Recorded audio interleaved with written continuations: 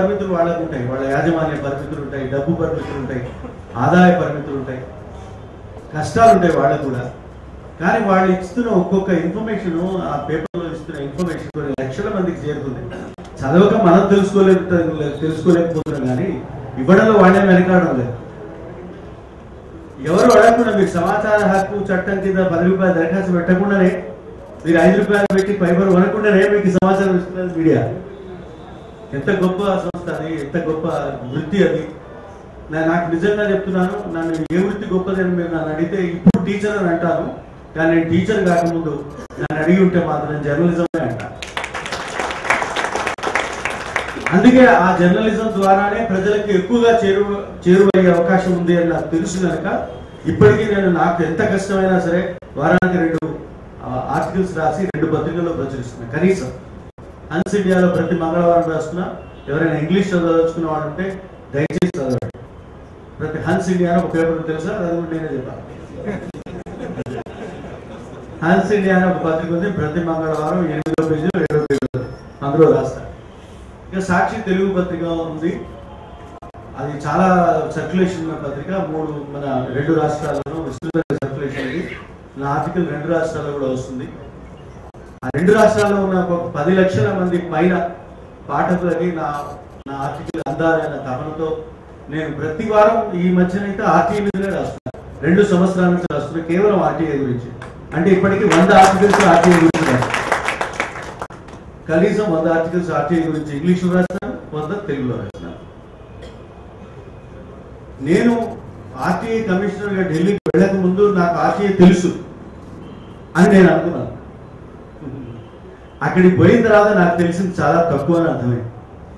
ఇంతకుముందు వెంకటేశ్వర చెప్పినట్టుగా మన జీవితం నుంచి వచ్చేవాడు, కష్టపడి పనిచేసి బ్రతకడం కోసం పోరాడిన వాళ్ళు ఒక ఉన్నతాధికార స్థానంలో ఉంటే ఆ కష్టపడ్డవాడు ఎదురైనప్పుడు వాడిని మనం గౌరవించాలనే ఆ విషయం అర్థమవుతుంది. మిగతా వాడికి అర్థం కాదు. అందుకే ప్రజా జీవనం నుంచి వచ్చిన సోషల్ సర్వీస్ నుంచి వచ్చిన వాళ్ళకి ఎక్కువ కమిషనర్ స్థానాలు ఇవ్వాల్సిన అవసరం ఉందని నేను అనుకుంటున్నాను. మిగతా వాళ్ళకి కూడా ఇవ్వండి, ఐఏఎస్ ఆఫీసర్లకు ఇవ్వండి, అనుభవజ్ఞులైన ఐఏఎస్ అధికారులకు ముద్దని నేను అనలేదు, అనుభవం ఉన్న ఐపీఎస్ అధికారులకు కూడా ఇవ్వండి. ప్రజా పరిపాలనలో అనుభవం ఉన్న వాళ్ళకి, మంచి కోసం దేశంలో మంచి జరగాలన్న తపన ఉన్న వాళ్ళకి కమిషనర్ పదవి ఇవ్వండి, నేను కాదను. కానీ సమానమైన స్థానాలు ప్రజారంగంలో ఉన్న వాళ్ళకి, జర్నలిజంలో ఉన్న వాళ్ళకి, అధ్యాపక వృత్తిలో ఉన్న వాళ్ళకి, సమాజ సేవ రంగంలో ఉన్న వాళ్ళకి ఇవ్వాలని నేను మనవి చేస్తున్నాను. దానికోసం మీరు పోరాడాలని కూడా కోరుతున్నాను. ఆర్టీఐ హక్కు వికాస సమితి అన్నారు. ఆర్టీఐ హక్కు ఎట్లా వికసిస్తుంది మీరు ఆలోచించాలి. ఇట్లా వికసిస్తుంది. కమిషన్ నిర్మాణంలో ఏ కమిషనర్లు ఉండాలనే విషయంలో ఒక పారదర్శకమైన నియామక విధానాన్ని ప్రవేశపెట్టడానికి, విభిన్న రంగాల నుంచి వచ్చిన వ్యక్తులను ఎంపిక చేసే ఒక వ్యవస్థను రూపొందించడానికి ఈ వికాస సమితి పనిచేయాలని నేను కోరుకుంటున్నాను.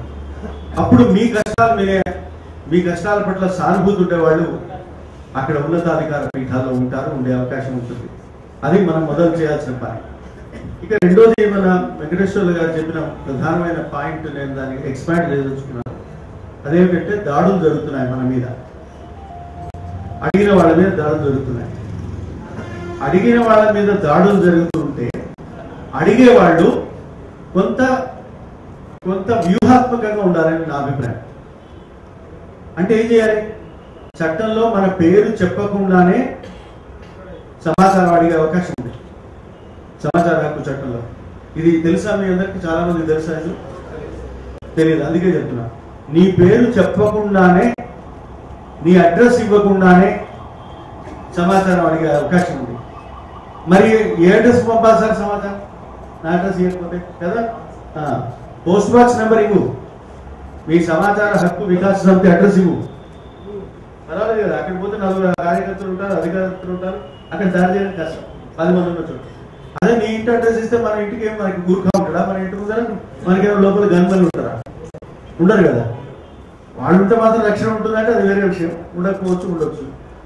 కానీ ఇప్పుడైతే నువ్వు నీ పబ్లిసిటీ 2 భద్రతకు 2 పరిస్థితులు. ఒకటి పబ్లిసిటీ ఉండాలి. అక్కడ ఎట్లా అంటే సమాచార హక్కు వికాస సమితి అధ్యక్షుడు అడుగుతున్నాడు ఈ ప్రశ్న. సమాచార హక్కు సమితి అధ్యక్షుడిని వికాస సమితి అధ్యక్షుడిని దాడి చేస్తారు. ఎవరైనా కొంచెం భయపడతారు. ఎందుకంటే అదే ఆయన మొన్ననే ఒక పెద్ద మీటింగ్ పెట్టిండు బషీర్బాద్ ప్రెస్ క్లబ్ లో. కేంద్ర సమాచార ఆయన కూడా వచ్చిండు. 121 డిగ్రీలు ఉన్న మా సుధాకర్ కూడా వచ్చిండు. మా వెంకటేశ్వర 2 రాష్ట్రాల కమిషన్ వచ్చిండు. ఆయన దాడి చేస్తారా అని భయపడతారు. ఒక భద్రత కనుక మీరు సమితుల్లో చేరండి, ఇటువంటి సంఘాల్లో చేరి సంఘాన్ని బలపరచండి. ఇది ఒక మార్గం. రెండో మార్గము, ఎవరు అడుగుతున్నారో తెలియాల్సిన అవసరం లేదు. పోస్ట్ బాక్స్ నెంబర్ ఇవ్వండి. పోస్ట్ బాక్స్ నెంబర్కి వస్తుంది. అక్కడ బాక్స్ ఓపెన్ చేసి చూసుకోండి ఏమేమి వచ్చినాయి సమాచారం. మీ మీద దాడి చేయడానికి కష్టమయ్యే పరిస్థితి కల్పించండి. మీ మీద దాడి చేయొద్దు. మీరు దాడి చేస్తే నేను ఖండిస్తాను. మీతో పాటు నేను ఉంటాను. అది ఇక్కడ ప్రశ్న. మన దాడులు చేయకుండా మనట్టు కాపాడాలి. ఒకటి ఆలోచించండి. ఇంకొకటి, దాడులు చేసే వాళ్ళ మనస్తత్వం ఒకటి ఉంటుంది. ఏమిటంటే, నీవు అడిగిన సమాచార ప్రశ్న వల్ల వాడి అవినీతి బయటపడితే వాడు జైలు పోతాడు. 10 కోట్లు బయటపడితే వాడికి అది లేదు. 10 కోట్లు పట్టుబడితే పెద్ద పరిస్థితి. మనకు 200 నోట్లు చేసుకుంటాడు 20 కోట్లు కదా. పాత నోట్లు కాబట్టి కొత్త నోట్లు చేసుకుంటాడు. మరి భయం ఎక్కడ అంటే వాడు అరెస్ట్ అయ్యి జైల్లో ఉంటాడు. అది భయం. అవునా కదా? కనుక వాడు దాడి చేయాలని వాడు ఆత్మరక్షణ కోసం, ఆత్మరక్షణ అంటే ఏంటి, జైల్లో పడకుండా ఉండడం కోసం మీ మీద దాడి చేస్తారు. అప్పుడు మనం ఏం చేయాలి?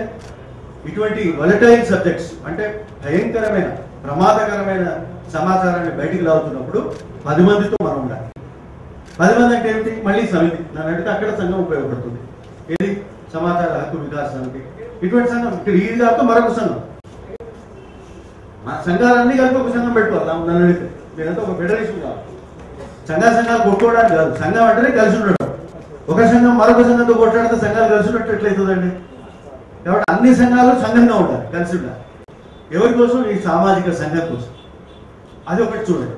ఇక రెండోది, మీకు దాడులు జరిగే మరొక ప్రమాదకరమైన విషయం ఏంటంటే, ఒకరి వ్యక్తిగత సమాచారం అడగడం. అది కొంచెం ఇబ్బంది కలిగించేది. ఏమడుగుతాం మనం? ఇతను 2001 సంవత్సరం నుంచి 2017 సంవత్సరం వరకు, రేపు వస్తుంది 2017, మీ అందరికి నూతన సంవత్సర శుభాకాంక్ష. ఆ విషయం మర్చిపోయాను. మీ అందరికి నూతన సంవత్సరంలో మీరు ప్రజలకు ఉపయోగపడే సమాచార దరఖాస్తు పెట్టినామని గర్వంగా చెప్పుకునే రోజులు ఎక్కువ కావాలని కోరుకుంటున్నాను. ప్రజలకు ఉపయోగపడే, అండర్లైన్ చేసుకోండి ఈ మాట.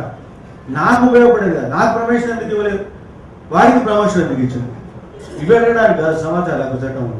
నాకు ఇంక్రిమెంట్ ఎందుకు ఇవ్వలేదు, వాడికి ఇంక్రిమెంట్ ఎందుకు ఇచ్చినావు, ఇది కాదు నువ్వు అడగాల్సింది సమాచార హక్కు చట్టం కింద. ఇది అడుగుతా సార్, నిజంగా నాకు అన్యాయం జరిగింది కదా అంటే అడుగు, అభ్యంతరం లేదు.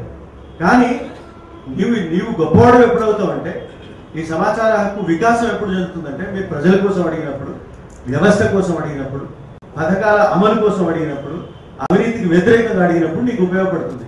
లేకపోతే నేను ఇక్కడ సమావేశం పెట్టుకోవాల్సిన అవసరం లేదు. మీరు గ్రీవెన్స్ అని, నీకు ప్రమోషన్ రాకుంటే గ్రీవెన్స్ రిట్రెసల్ సిస్టంలో దరఖాస్తు పెట్టుకో, లేదా కోర్టుకు పో. సమాచార హక్కు చట్టానికి ఎందుకు వస్తాం? స్వార్థం కోసం సమాచార హక్కు చట్టాన్ని వినియోగించకండి. ఇది నా విజ్ఞప్తి మీ అందరికీ. నేను చేస్తున్నాను కాదు, మీ పక్కవాడికి చెప్పండి. పక్కవాడి మేలు కోసం మీరు చెప్పండి. ఒక వికలాంగుడు ఉన్నాడు, అతనికి పెన్షన్ రాలేదు, పెన్షన్ అడుగుతుంటే లంచం అడుగుతున్నాడు, అక్కడ వాడండి సమాచార హక్కు చట్టం. ఒక ఆయన రేషన్ షాప్ కోసం దరఖాస్తు పెట్టుకున్నాడు, 2,000 రూపాయలు తీసుకురానికి ఇచ్చేస్తా అన్నాడు. అరే నీకు 2,000 రూపాయలు ఇచ్చి నేను రేషన్ కార్డు ఎందుకు తీసుకోవాలి? రేషన్ కొనుక్కుంటా, బియ్యం, పప్పు, ఉప్పు, నూనె. 2,000 లేకనే కదా నీ కార్డు అడిగేది అంటే. నిజం అవన్నీ నాకు తెలియదయా, నువ్వు 2,000 నాకు రేషన్ కార్డు ఇస్తే నెలకి నీకు రేషన్ వస్తుంది. ఎంత తేడా ఉందంటే, బయట 11 రూపాయలు 22 రూపాయలు ఉన్న కిలో ఉన్న ఒక బియ్యం అక్కడ నీకు 5 రూపాయలకు 6 రూపాయలకు దొరుకుతున్నాడు. ఇక్కడ 1 రూపాయి. ఢిల్లీ సంగతి చెప్తున్నాడు. ఢిల్లీలో 4-5 రూపాయలు. ఎంత తేడా ఉంది? 15 రూపాయలు తేడా ఉంటే వాడికి ఎంత మేలు జరుగుతుంది? అందులో నోట్లు కూడా లేవు. చాలా ఉపయోగపడుతుంది. అయితే మరి వాడికి ఎట్లా 2,000 రూపాయలు ఇట్లా లంచమైనా ఇచ్చి తీసుకోవాలి, అంత అవసరం ఉన్నది వాడికి. అయితే మన కృష్ణారెడ్డి లాంటి వ్యక్తులు తారసపడ్డాయి. అరే నీకు ఎందుకు నువ్వు ఆర్టీఐ కింద దరఖాస్తు పెట్టు, నీకు రేషన్ కార్డు వస్తుందంటే నమ్మలే. ఆర్టీఐ కింద పెడితే రేషన్ కార్డు ఎట్లా వస్తుందండి? లంచం ఇస్తే కూడా రాని రేషన్ కార్డు ఆర్టీఐ దరఖాస్తు పెట్టి వస్తుందా? 2000 ఇస్తారు ఆ రేషన్ కార్డు 10 రూపాయలు ఇస్తే వస్తుందా అంటే అదే అవన్నీ నీకెందుకు 50 పెట్టరాదని ఏమని పెట్టిండ్రు ప్రశ్న ఆలోచించండి ఎట్లా ఉంటుంది మనం సమాచారమే అడగాల్సింది ప్రశ్నలు అడిగే అధికారం మనకు లేదు ఈ చట్టం కింద చాలా చిన్న హక్కు మనకి ఇచ్చింది చిన్న గింత పిసరంతా దాంట్లో ఎంత శక్తి ఉన్నదంటే అది ఇప్పుడు చూపిస్తాం ఏమడగమన్నాడు వాడు ఎట్లా రాసిందంటే ప్రశ్న ఎట్లా రాసిందో చూడండి మీరు ఏ తేదీ వరకు మీకు అందిన రేషన్ కార్డు దరఖాస్తులపై రేషన్ కార్డులు ఇచ్చారో చెప్పండి అన్నాడు అంతే ఏ తేదీ వరకు మీకు దరఖాస్తులు ఎన్ని అందినాయి ఆ అందిన దరఖాస్తులపై ఎన్ని రేషన్ కార్డులు ఇచ్చింది దయచేసి చెప్పండి ఫలానా అని చెప్తే ఏం చెప్పారు ఇప్పుడు 3 రోజుల క్రితం ఇతను అడిగాడు ఇతనికి గీయలేదు మరి 3 రోజుల క్రితం వరకు నేను దరఖాస్తులు తీసుకొని రేషన్ కార్డులు ఇచ్చినా అంటే తర్వాత కూడా ఇచ్చాడు 2000 తీసుకొని అది అబద్ధం అవుతుంది పోనీ ఆ తర్వాత కూడా నిన్నటి వరకు ఇచ్చినా అంటే వీడికి గీయలేదు అది అబద్ధం అవుతుంది 25,000 జరిమానా అప్పుడేస్తారు ఇప్పుడు వేస్తారు ఏం చేయాలి వెంటనే వీరవారం నుంచి ఆయన రేషన్ కార్డు బయటకు తీసాడు తెల్ల అంబాసిడర్ గారు బయటకు తీసుకొచ్చాడు ఇక ఆయన అడ్రస్ సమాచారం అడిగిన ఆయన అడ్రస్ ఏంటో కనుక్కున్నాడు ఆ మురికి వాడల్లో మూల ఇళ్లలో ఉంటే ఈ తెల్ల కారు అంబాసిడర్ కారు అక్కడికి పోయింది ఈయన ఉంటే ఈయన ఎక్కడ ఉంటాడు ఈయన ప్రశ్న వేసింది చూడు ఆర్టీఐ క్వశ్చన్ వేసింది చూడు ఈయన ఎక్కడ ఉంటాడు అడిగి ఇంటికి వేయించిండు దరఖాస్తు రేషన్ చాలా మంచోడు ఆయన ముందు 2,000 రూపాయలు అడిగినా తర్వాత బుద్ధి తెచ్చుకుని రేషన్ కార్డు ఇచ్చి కానీ కొందరు పెద్దవాడు ఉంటారు వాడు అప్పీల్ ఇయ్యని పొమ్మంటాడు నేను ఈ సమాచారం ఇయ్యని పొమ్మంటాడు అప్పుడు మీరు ఫస్ట్ అప్పీల్కి వెళ్ళాలి ఫస్ట్ అప్పీల్ ఆయన కూడా వీళ్ళు ఆయన దోస్తులు ఇద్దరు కలిసి రేషన్ కార్డుతో తింటున్నారు రేషన్ దోస్తులు వాడంటే నేను కూడా ఇయ్యని పోమంటాడు అప్పుడు ఈయన దగ్గరకు వస్తుంది వెంకటేశ్వర దగ్గర తెలంగాణ దగ్గర ఢిల్లీ అయితే నా దగ్గర వస్తాడు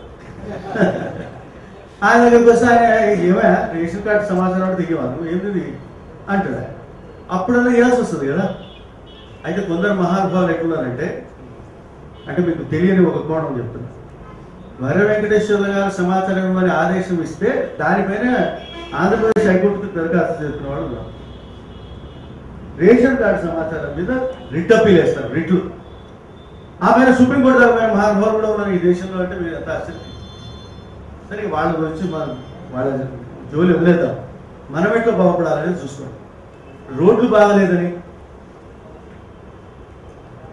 స్పీడ్ బ్రేకర్లు ఎక్కువ ఉన్నాయని ఇక్కడ కూడా సెల్ ఫోన్ మాట్లాడేవాళ్ళు ఈ సమావేశాన్ని ఎందుకు రావాలండి ఏమండి అప్పటి నుంచి అరగంట నుంచి నువ్వు సెల్ ఫోన్ మాట్లాడుతున్నావు ఈ మీటింగ్ ఎందుకు చెప్పు నేను ఢిల్లీ నుంచి నేను రావడం డబ్బులు ఇచ్చిండు నీకోసం వేస్ట్ చేసిండు ఆయన డబ్బులని నువ్వేమో సెల్ ఫోన్ మాట్లాడు మీ ఆవిడ కొడుక ప్రియురాలా మరి ఎవరు నువ్వే ముఖ్యంగా ఇక్కడ రావాలి ఇప్పటికైనా విను టెలిఫోన్ మానేయండి పక్క వాళ్ళతో కబుర్లు చెప్పడం మానేయండి నేను లెక్చరర్ని లాస్ట్ బెంచ్ లో అలా చేసేవాడిని పట్టుకుంటాను వదిలిపెట్టదండి ఎందుకంటే అందరూ పాఠాలు మీ అమ్మ నాన్న కష్టపడి బడికి పంపిస్తారు కాలేజీకి పంపిస్తారు ఫీజు కట్టడానికి ఎంత కష్టపడతారు తెలుసా ఆయన తెలుసు మాకు తెలుసు నాకు ఎల్ఎల్బి ఫీజు 70 రూపాయలు అంటే మా నాన్న 70 రూపాయలు ఇక్కడ నుంచి వస్తాయి అది కుదురుతా 70 రూపాయలు ఉన్నట్టు నెల మధ్యలో 70 రూపాయలు అడుగుతావు నువ్వు నెల మధ్యలో 70 రూపాయలు అడుగుతాను 70 రూపాయలు ఇవ్వలే మరి ఆయన జీతం 60 రూపాయలు ఎక్కడి నుంచి వస్తాయి 70 రూపాయలు నేను వాడని నేను 10 రూపాయలు చొప్పున 7గురికి అడిగి ఇలా చదువుకున్నాను నేను 10 రూపాయలు చొప్పున మా నాన్నకు తెలియదు నేను లా చదువుతున్న విషయం ఒక పరీక్ష రాస్తుంటే ఏమిటో ఏ పరీక్ష రాస్తున్నప్పుడు బిఏ అయిపోయింది కదా ఇంకేం నీకు చదువుతాను చెప్పినా కదా నీకు అదే చదువుతాడు అంటే నేను 70 రూపాయలు ఫీజు కట్టిన ఎల్ఎల్బి చదువుకుంటున్నాను చెప్పాను బుద్ధి లేదు నాకు చెప్పకుండా చేస్తున్నావు నీకు ఒప్పటి సరే చదువు వకాలత్ కదా చదువు అట్లా చదువుకోవడం వల్ల మనకి మీ ముందర నిలబడి 4 మాటలు మాట్లాడగలుగుతాం మీటింగ్ సమయాన్ని వేస్ట్ చేసే అధికారం మీకు లేదు దీన్ని మిస్యూజ్ చేసే అధికారం మీకు లేదు ఆర్టీఐని కూడా మిస్యూజ్ చేసే అధికారం మీకు లేదు మీరు ఆర్టీఐని మిస్యూజ్ చేస్తే ఏమవుతుందో తెలుసా ఆర్టీఐకి ముప్పు వస్తుంది దయచేసి అర్థం చేసుకోండి మీకు మీ భార్యతోటో మీ భార్యకు మీతోటో గొడవ ఉంటుంది నేను ఆడవాళ్ళ పంచాయతీల జోలికి పోదలుచుకోలేదు ఆరు మొదల మధ్య పంచాయతీ ఆమెనో వీడో అడుగుతాడు ఏమడుగుతాడు ఆ బాబుకి నువ్వు ఏ ఆధారం పైన బడిలో ప్రవేశం కల్పించావు ఆ బడి వాళ్ళని పీకు తింటాడు టీచర్ ప్రైవేట్ టీచర్ పీకు తింటాడు ఆయన దరఖాస్తు చేసినప్పుడు తండ్రి పేరు నాది రాశాడా ఇంకెవరిని రాశాడా పోనీ ఇక్కడ రాసి వాడు వెళ్తాడు తండ్రి పేరు రాజధాని అయిపోతుంది, మారిపోతారు. అసలు నువ్వే తండ్రి, నీకేమైనా అనుమానం ఉందా, నమ్మకం ఉందా, నీకేముంది? ఇవి అడుగుతాడండి. ఏం చేయాలి చెప్పండి ఇటువంటి వాడు? ఇది మిస్యూజ్. ఇటువంటి మిస్యూజ్ని ఆపండి. మిస్యూజ్ని ఆపడానికి ఒకే ఒక మార్గం ఉంది. రేషన్ కార్డు రాని వాడి కోసం రేషన్ దరఖాస్తు పెట్టడం, లేదా స్పీడ్ బ్రేకర్లు, అనవసరమైన స్పీడ్ బ్రేకర్లు పెట్టి వెహికల్స్ని బ్రేక్ చేసి యాక్సిడెంట్లు కనిపిస్తూ ఉంటే ఆ స్పీడ్ బ్రేకర్ అక్కడ పెట్టాలని నిర్ణయించింది ఎవరో అడగండి, ఉపయోగపడుతుంది. బాంబేలో అడిగాడు ఒక ఆయన, అయ్యా మన బొంబాయి మహానగరంలో బృహన్ ముంబై అంటారు, అక్కడ బృహన్ ముంబై నగరంలో ఎన్ని స్పీడ్ బ్రేకర్లు ఉన్నాయంటే వాళ్ళు ఎక్కబెట్టి 374 అని చెప్పి 374 ఒక వాడలో ఉంటాయి, ఒక వాడలో. అయితే మరి మిగతా అన్న ఏంటి వేరే 374 స్పీడ్ బ్రేకర్ అయితే మరి మిగతా ఏంటి పోయి వాటిని ఎప్పుడు కూలగొడుతున్నారని నెక్స్ట్ ఆర్టీ అప్లికేషన్. మొత్తం ముంబై మున్సిపల్ కార్పొరేషన్ లో ఉన్న స్పీడ్ బ్రేకర్లను ధ్వంసం చేయడమో, లేక అవసరమైన చోట స్పీడ్ బ్రేకర్ పెట్టి అక్కడ ఇక్కడ నోటీస్ ఇచ్చిన స్పీడ్ బ్రేకర్ ఉన్నది, నెమ్మదిగా వెళ్ళండి అని అటువైపు ఇటువైపు బోర్డు పెట్టాలి. దాని మీద చారలు రంగు వేయాలి కదా. చారలు రంగు లేకుండా, అటు ఇటు బోర్డు లేకుండా ఎన్ని స్పీడ్ బ్రేకర్లు ఉన్నాయండి మీ వాడలో? ఒక్కడన్నా వేసిందా ఒక ఆర్టీఏ? వేయాలని కూడా తెలదా. నేనేం చెప్తున్నా అంటే ఈ వికాస్ సమితి సలహాలు అడిగారు కనుక చెప్తున్నాను. మీరు సలహాలు పాటించకపోతే నెక్స్ట్ మీటింగ్ లో అడుగుతా పాటించారో లేదో. ఆయన చెప్పినట్టే మీకు కూడా చెప్తా, పరీక్ష పెడతా మీకు. ఒక్కొక్క సబ్జెక్ట్ మీద ఒక్కొక్క కమిటీ ఉండాలి మీ దగ్గర. మున్సిపల్ అడ్మినిస్ట్రేషన్ మీద ఒక కమిటీ, రూరల్ డెవలప్మెంట్ మీద ఒక కమిటీ, ప్రభుత్వం ప్రతిపాదించిన బహుళార్థ సంక్షేమ పథకాల మీద ఒక కమిటీ, రోడ్ల మీద ఒక కమిటీ. రోడ్ ట్రాన్స్పోర్ట్ అథారిటీ తెలుసా మీకు? అంటే ఏమిటో తెలుసా? ఏం చేస్తారు వాళ్ళు? లైసెన్స్లు ఇస్తారు, వెహికల్స్ తిరగడానికి లైసెన్స్లు ఇస్తారు. అక్కడ ఉన్నంత అవినీతి ప్రపంచంలో ఇంకెక్కడ ఉండదని అనిపిస్తుంది. అంత గొప్ప అవినీతి ఉంటుంది. దాన్ని ఎట్లా ఆపగలుగుతారండి? మీకు ఎమ్మెల్యే అంటే తెలియదా? మోటార్ లైసెన్సింగ్ ఆఫీసర్ ఎవరో తెలియదు. రోడ్ ట్రాన్స్పోర్ట్ అథారిటీకి ఉన్న అధికారులు ఏమిటో తెలియదు. మోటార్ వెహికల్ చట్టం మన ప్రపంచంలో ఎన్నో, మన జీవితంలో ఎన్నో చదవంగా. మనకు లైసెన్స్ అవసరమైన బ్రోకర్ గారికి 10 రూపాయలు ఇచ్చి లైసెన్స్ తెచ్చుకుంటే తప్ప చట్టం చదవం మనం కదా. మనకి వాట్సాప్ లో ప్రేమ సందేశాలు పంపుకోవడానికి సమయం లేదు, పక్కవాడితో ముచ్చట పెట్టడానికి టైం లేదు. ఇంత దుర్మార్గం మనం చేస్తున్నప్పుడు సమాచార హక్కు వికాస సమితి లాంటి సంఘాలలో ఆర్టీఏ గురించి మాట్లాడే వాళ్ళు ఒక 10 మంది ఉండాలి. ఒక్కరు కూడా లేకుండా నాకు తెలుసు. మళ్ళీ వచ్చే సమావేశం నాకు 10 మందిని తయారు చేయండి. ఎందుకో చెప్తున్నాను. ఢిల్లీలో ఒక 4 ఉన్నారండి ఆర్టీఏ స్పెషలిస్ట్. వాడు ఇంకోటి పట్టించుకోడు, పొలిటికల్ పార్టీ గురించి మాట్లాడాడు, ఇంకా రేషన్ షాప్ గురించి మాట్లాడాడు. ఆర్టీఏ ఇక్కడ లైసెన్స్లు, ఈ హెవీ వెహికల్ లైసెన్స్లు ఇన్ని ఇవ్వాలండి, పార్కింగ్ లైసెన్స్లు ఇన్ని ఇవ్వాలండి, కానీ ఇన్ని ఎక్కువ ఇచ్చాడు. ఎందుకు ఇచ్చాడు?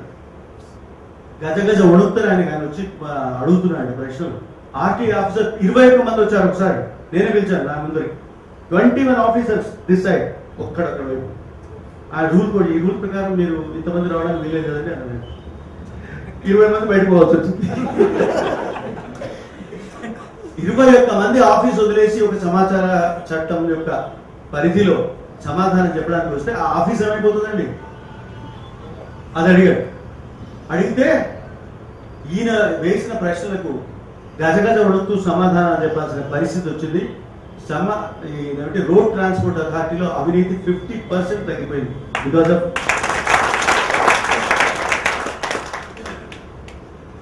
మన తెలివితేటలు, మన శ్రద్ధ, మన అధ్యయనం జోడైతే సమాచార హక్కు చట్టం ఉపయోగపడుతుంది. లేకపోతే ఇటువంటి సమావేశాలు పెట్టుకుని పుష్పగుచ్చాలు తీసుకోవచ్చు హాయిగా. అంతకుమించి ఏ ప్రయోజనం ఉండదు. దయచేసి ఆలోచించండి. మీరు ఎక్కువ కష్టపడాలి. మీ గ్రామాల్లో ఎన్ని స్పీడ్ బ్రేకర్లు ఉన్నాయి, మీ రోడ్డు మీద ఎన్ని గుంటలు ఉన్నాయి తెలుసా? ఒక ఆయన నాకు అడిగాడు, నా Delhi RT road transport roads and buildings department అడిగాడు. ఏమనంటే మా వాడలో ఈ రోడ్డు రిపేర్ చేయించడానికి 2015 సంవత్సరంలో ఎన్నిసార్లు ఎవరెవరికి కాంట్రాక్ట్ ఇచ్చారు, ఎన్నిసార్లు ఈ రోడ్డు రిపేర్ చేశారని అడిగాడు. నిజానికి 3 సార్లు రిపేర్ చేసినట్టు అందులో ఉంది. ఒక్కసారి కూడా రిపేర్ కాలేదు. ఈ ప్రశ్న వేసినాక 30 రోజులు ఉంటుంది కదా టైం. ఈ 30 రోజుల్లో వాడు ఫోన్ చేసినాడు ఆ ఎగ్జిక్యూటివ్ ఇంజనీర్ వాడు. కానీ అరే నీ మీద 3 ప్రశ్నలు వచ్చేసినాయి, 3 సార్లు తీసుకున్నట్టు చెప్పాల్సి వస్తుంది, ఇన్స్పెక్షన్ ఆటో చేశారు కమిషనర్ గారు, ఆటో చేస్తారు ఆయన, 30 రోజులే టైం ఉంది, ముందు నువ్వు రోడ్డు వేసినా కనపడు అని చెప్తే వాడు రాత్రికి రాత్రి బయలుదేరాడు మెటీరియల్ పట్టుకొని. ఒక వాడ ఎంత చిన్నదే ఉంటుంది కదా, ఒక 2 కిలోమీటర్లు ఉంటుంది మాక్సిమం. 2 కిలోమీటర్లు రోడ్ వేసేసి 20 రోజుల్లో వేసి 20 అవును 3కి ఇచ్చాము కాంట్రాక్టర్లు, 3వ పని నిన్ననే మూసింది, నిన్న రోడ్డు వేశారు అని 21 రోజుల తర్వాత వచ్చింది.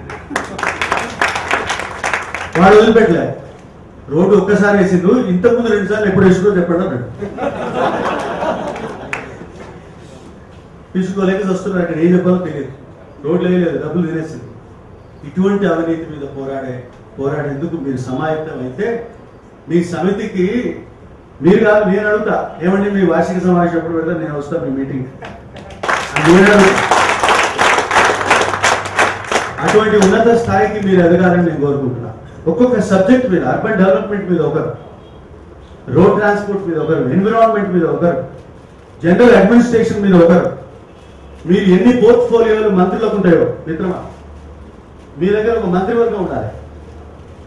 ఆ మంత్రివర్గంలో ఒక కమిటీ, ఒక్కొక్క మంత్రిత్వ శాఖకు ఒక్కొక్క కమిటీ మీ దగ్గర ఉండాలి మీ సమితిలో. కనీసం పేర్లను చూపించండి నాకు నెక్స్ట్ టైం వచ్చిన. అప్పుడు మిమ్మల్ని బెదిరించేవాడు కాదు, మీ మీద దాడి చేసేవాడు కాదు, మీ జోలికి వచ్చేవాడు కూడా ఉన్నాడు. దాడులను ఎదుర్కొనే పద్ధతి ఇది. పోలీస్ స్టేషన్లో ఫిర్యాదు చేయడం కాదు. పోలీస్ స్టేషన్లో ఫిర్యాదు చేస్తే మిమ్మల్ని రక్షించే తీరిక వాళ్ళకి లేదు. వాళ్ళని ముందు పోలీస్ స్టేషన్లో వాళ్ళని ముందు రక్షించుకోవాలి, తుపాకులు దొంగతనం కాకుండా చూసుకోవాలి. ఎన్ని పనులు ఉన్నాయి వాళ్ళకి. పాపం మీకు ఎక్స్ట్రా సహాయం చేస్తారు వాడు, మీకు చేయలేరు వాడు సహాయం. బీబీఐపీలు వస్తుంటారు, నేనైతే గన్మెన్లను అడగదు, కానీ గన్మెన్లు ఇప్పుడు ఎవరు బయటకు వచ్చినా సుధాకర్ నువ్వు చెప్పు. మా గన్లన్నీ మా డిగ్రీలే, మా డిగ్రీలే మా తుపాకులు, చదువులే మా కవచాలు. అవునండి, ఈ రూల్ ప్రకారం మీరు ఇట్లా అనడానికి వీలేదంటాం, భయపడతారు కదా. ఆ వెంకటేశ్వర్కి ఏముంది, కవచకుండలాలు ఏమైనా ఉన్నాయా, బుల్లెట్ ప్రూఫ్ జాకెట్ ఏమైనా వేస్తున్నాడు ఆయన? ఏం లేదు. ఆయన తెలివితేటలు, ఆయన ప్రజారంగం నుంచి వచ్చిన అనుభవమే ఆయనకు రక్షణ. మీకు కూడా అంతే. మీరు 10 మందికి మేలు చేయండి, మీ ఊళ్ళో మిమ్మల్ని మీ మీద దాడి చేయడానికి వచ్చిన వాళ్ళని తన్ని పంపిస్తారు వాళ్ళే, మీరేం భయపడాల్సిన పని లేదు. మజ్దూర్ కిసాన్ శక్తి సంఘటన అని రాజస్థాన్లో 20 రోజులు ఆందోళన చేసి వాళ్ళు తెలుసుకున్న సమాచారం ఏమిటంటే, ఆ ఊళ్ళో ఇందిరా ఆవాస్ యోజన కింద ఇళ్ళు ఎవరెవరికి ఇచ్చారు ఇంతే అడిగింది వాళ్ళు. 20 ఇళ్ళు ఇచ్చినామని చెప్తున్నారు ఈ ఊళ్ళో. ఆ ఇచ్చిన తీసుకున్న వాళ్ళ పేర్లు చెప్పండి అని అడిగింది. 20 రోజులు ఏడిపించి 21 రోజు ఇచ్చింది, 21 రోజున ఇచ్చింది. సమాచార హక్కు చట్టం లేదు అప్పుడు, ఊరికి అడిగింది వీళ్ళు. ఏది 98లో, 96, 97, 98 మధ్యకాలం. అందులో ఏమో మల్లయ్య పేరు, ఆ పేరు లిస్ట్ ఏమైనా చదివండి ఇట్లా. మల్లయ్య, అరే మల్లయ్య ఎక్కడ ఎప్పుడో పోయాడు, ఊరేళ్ళు వెళ్ళిపోయాడు మల్లయ్య, వాడి పేరు మీద 1000. పుల్లయ్య చచ్చిపోయి 3 ఏళ్ళు అయింది. అట్లా 20 పేర్లు లేవు ఆ ఊళ్ళలో ఉన్న వాళ్ళు కాదు, 20 పేర్లు. అప్పుడు అన్నాడు, ఈ 20 ఇండ్లు ఈ పేర్ల మీద ఇచ్చినట్టు మీరు రాసుకున్నారో ఆ ఇండ్లు ఎక్కడున్నాయో చూపించండి, ఆ ఇండ్లు డబ్బు ఎవరికి పోయిందో చూపించండి అని అడిగింది. నెక్స్ట్ ఇస్తారా అండి, అసలు ఉంటే కదా ఇల్లు లేవు, ఏం లేవు, అక్కడ డబ్బు దొబ్బేసి వెళ్ళిపోయింది. అట్లా మొదలైంది సమాచార హక్కు చట్టం యొక్క పునాది, ఆరిజిన్ అక్కడ మొదలైంది. ఆ తర్వాత ఏమైంది, ఇట్లనే కొన్ని పేర్లు తెలుసుకున్నారు. పేర్లు తెలుసుకున్న తర్వాత ఇప్పుడు మనము ఆందోళన చేయాలి, ఎవరైనా ఒకరిని ముందు పడాలి, అతని పేరు మీద మనం ఒక దరఖాస్తు పెట్టాలని అడిగింది. అందరూ భయపడుతున్నారు. ఊళ్ళలో మరి ఎట్లుంటుంది, మనం అంటే సిటీలో మాట్లాడుకుంటున్నాం కానీ ఊళ్ళలో చాలా భయపడతారు.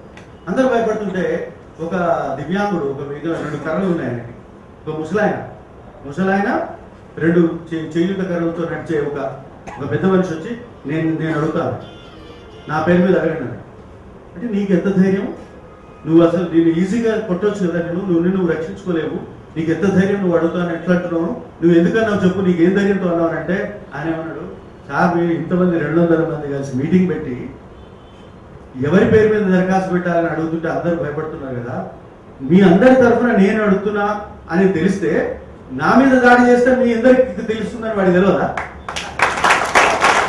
కనుక నా మీద దాడి చేయడు వాడు, అదే నా ధైర్యం ఉన్నాడు. ఇది సమిష్టి ధైర్యం అంటే. నేను మనం లాంటి 10 మంది వ్యక్తుల నుంచి మనం ధైర్యం తెచ్చుకోవాలి. 10 మందికి సహాయపడి 10 మంది అండతో మనం నిలబడాలి. అప్పుడు మిమ్మల్ని ఎవరూ ఏమి చేయలేరు. ఇప్పుడు నేను అక్కడ కేంద్ర మంత్రిని కాదు, ఐఏఎస్ ఆఫీసర్ని కాదు, నాకు డిపార్ట్మెంట్ లేదు అక్కడ. ఈయన కూడా ఏ డిపార్ట్మెంట్ లేదు, సింగిల్ ఇండివిజువల్ పర్సన్ మేము, అవునా కదా. అక్కడి నుంచి అయితే ఎవరైతే డిఫెన్స్ డిపార్ట్మెంట్ నుంచి వచ్చారనుకో, వారికి డిఫెన్స్ వాళ్ళంతా సహాయం చేస్తారు. అక్కడ పోలీస్ డిపార్ట్మెంట్ నుంచి వస్తే పోలీసు వాళ్ళంతా ఫ్రెండ్స్ ఉంటారు, సహాయం చేస్తారు. మనకెవరు ఫ్రెండ్స్ ఉంటే ఎవరు ఉంటారు, మీలాంటి వాళ్ళు ఉంటారు. మీరు వచ్చిన ఢిల్లీలో నన్ను రక్షించలేరు. కానీ నాకు రక్షణ ఏమిటో తెలుసా, వీడికి మొత్తం ఆర్టీఐ గురించి తెలుసు, వీడి జోలికి పోదు, అది మా తెలియదు. వీడి శ్రీధరాచార్యులు అంటారు కదా, మీరు మాడబూ శ్రీధర్ అంటారు కదా, శ్రీధర్ ఆచార్యులు. ఈ ఆచార్యులు పెద్ద తలనొప్పి, ఆయన వచ్చినాడు ఇక్కడ ఢిల్లీకి వచ్చినాడు, మీకు పెద్ద హెడేకినా అంటారు. అంటే తప్పులు చేసే వాళ్ళకి మనం తలనొప్పిగా మారాల్సిందే. తప్పులు చేసే వాళ్ళకి మీరు కూడా తలనొప్పిగా మారాలంటే మీరు ప్రజా సేవ కోసం, సమాజం కోసం, అభివృద్ధి సక్రమంగా సాగడం కోసం, పరిపాలన సరిగ్గా సాగడం కోసం, సెల్ ఫోన్ మిమ్మల్ని డిస్టర్బ్ చేయకుండా ఉండడం కోసం మీరు ఆర్టీఐని సక్రమంగా వాడాలి, సమయోచితంగా వాడాలి, ఇంపార్టెంట్ విషయాల గురించి మాత్రమే అడగాలి. తర్వాత నాకు ఒక ఆయన రాశాడు, విచిత్రమైన ప్రశ్న, ఎందుకు అడుగుతారో అటువంటి మనకు తెలియదు. ఏమిటి సార్, మీరు రాజ్యాంగంలో ఒక ప్రమాణ పత్రం రాశారు, ప్రమాణ పత్రం అంటే ఏంటండి, నేను ఫలానా ఈశ్వరుడు సాక్షిగా శపథం చేస్తున్నా అంటాడు. ఈశ్వరుడు అని ఉందండి, ఈశ్వరుడు ఎవరైనా ఉంటాడు. ఏ సమాచారం దగ్గర 10 రూపాయలు, పెద్ద పెద్ద ముళ్ళు హిమాలయాల్లో తపస్సు చేసుకునే వాడికి ఈశ్వరుడు ఎవరో కనపడుతుంది. నువ్వు 10 రూపాయలు చెప్తే ఆ 10 రూపాయలు నీకోసం ఆయన వస్తున్నాడు ఈశ్వరుడు, నేనే రా ఈశ్వరుడు అని చెప్తాడు. ఎందుకు అడుగుతారండి ఇటువంటి ప్రశ్నలు అడిగాను కూడా శ్రద్ధానంద యోగాచార్య ఆయన పేరు, యోగానంద శ్రద్ధాచార్య. ఆయన వారణాసి నుంచి నాకు ఆ వీసీ వీడియో కాన్ఫరెన్స్ లో కనపడతాను, మేము వీడియో కాన్ఫరెన్స్ పెడతాం. అయ్యా మహానుభావ నువ్వు ఎవరు అంటే, ముझे ईश्वर की परिभाषा चाहिए, 10 रुपये देके परिभाषा चाहिए. मैं అన్నాను, అయ్యా हमें भी बहुत उत्साह है जानने के लिए, हमें आप बताना चाहिए, आप बताइए. ఈశ్వరుడు ఎవరో మాకు తెలియదు, మీరు చెప్పడం నేను అడిగి నవ్వుతున్నాడు ఆయన అక్కడ కూర్చొని. ఇటువంటి ప్రశ్నలు వేసి ఏం ప్రయోజనం లేదు, టైం వేస్ట్ తప్ప. ఆయన టైం నా టైం వేస్ట్. 20 కేసులు మేము చేస్తే కూడా సరిపోవట్లేదు, మా కేసులు విచారణ సమయం సరిపోవట్లేదు. ఇటువంటి ప్రశ్నలు ఎందుకు వేస్తారండి, అనవసరం చెత్త ప్రశ్న. వేగండి, మంచి ప్రశ్నలు ఏంటి. ఆ లాటరీ స్కీమ్ కింద ఫలానా వారికి స్కాలర్షిప్ ఎందుకు ఇవ్వలేదు అడగండి, అది ఎంకరేజ్. ఫలానా ఆవాస్ యోజన కింద ఎన్ని ఇండ్లు కట్టారు, ఎన్ని ఇండ్లు కట్టలేదు అడగండి. మీకు తెలుసా, టాయిలెట్ స్వచ్ఛ భారత్ కింద టాయిలెట్ మా ఇంట్లో లేదు, మేము టాయిలెట్ కట్టుకుంటామంటే 12,000 రూపాయల సబ్సిడీ ఇచ్చే స్కీమ్ 5 ఏళ్ల క్రితం నుంచే ఉన్నది. ఈ ప్రభుత్వం రాకముందు నుంచే ఉన్నది. తెలుసా మీకు ఉంది, ఎవరికి తెలియదు. టాయిలెట్ స్కీమ్ ఉందండి. మనం అడిగే మనకు తెలియకపోతే ఎట్లా అడుగుతాం, అడగం కదా. ఇంకొక స్కీమ్ ఉంది 1998లో. మీకు బోర్ కొట్టండి, సెల్ ఫోన్ లో మాట్లాడిన వెంటనే నేను ఆపేసాను.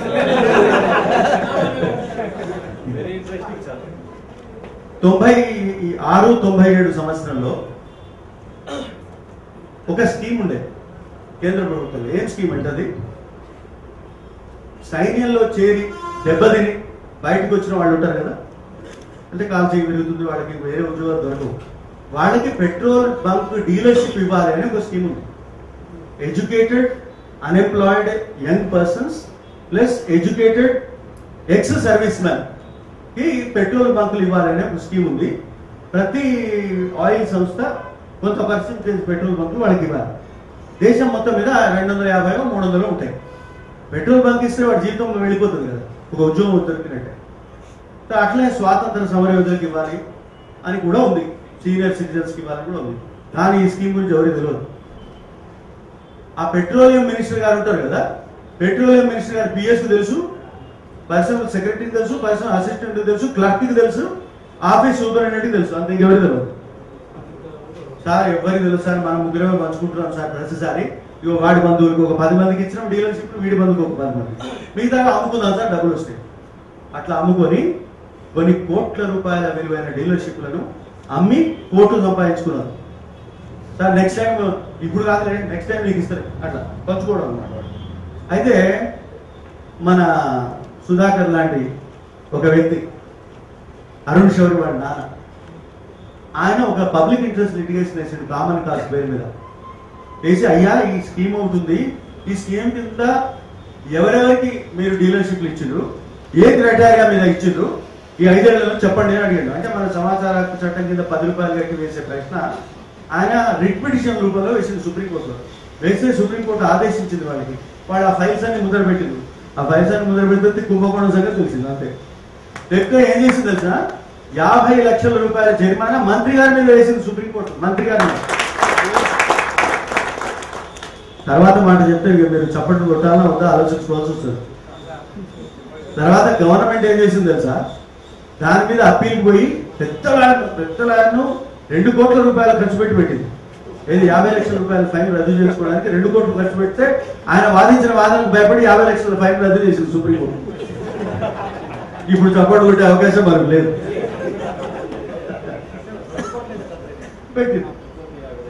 అంటే గవర్నమెంట్ లో ఉన్న అధికారులు తమ చేతిలో ఉన్న అధికారాన్ని వినియోగించి ఎక్కువ డబ్బు ఖర్చు పెట్టి తక్కువ డబ్బు జరిమానాలు మాఫ్ చేయించుకుంటారు. ఇప్పటికీ జరుగుతున్నది అదే. దీన్ని ప్రశ్నించే అధికారం ఇదివరకు సుప్రీంకోర్టులోనో హైకోర్టులోనో రిట్ పిటిషన్ వేస్తేనే వచ్చేది. ఇప్పుడు ఎక్కడ వచ్చిందండి? మీ ఊళ్ళో మీ ఆఫీసులో 10 రూపాయలు కట్టి మీరు వచ్చి, ఎంత గొప్ప పవర్ మన చేతిలో. దీని విలువ చెప్పడం నేను చెప్తున్నా. ఆ చట్టంలో ఏముంది అంతా మా కృష్ణారెడ్డి గారు చెప్తాను. మేము దుర్వినియోగం చేయకండి. ఒకరిని వేధించడానికి ఈ అవినీతి పరులంతా కలిసి ఎవరు నిలబడతారు, ఒక ఏజెంట్ కానీ వాళ్ళ దగ్గర పైసలు తీసుకుని ఆ సమాచార హక్కు ఇచ్చినందుకు. నాకు ఎప్పుడైనా సమాచార హక్కు చట్టం గురించి కొత్త వాళ్ళతో మాట్లాడాలంటే నాకే అభ్యంతరం లేదు, నేను వచ్చి మాట్లాడతాను. ఎందుకంటే ఒక్కరు దీంట్లో ఒక్కరు శ్రద్ధ పెట్టి మంచి ప్రశ్న ఒక్కటేసిన ఏడాదిలో దేశానికి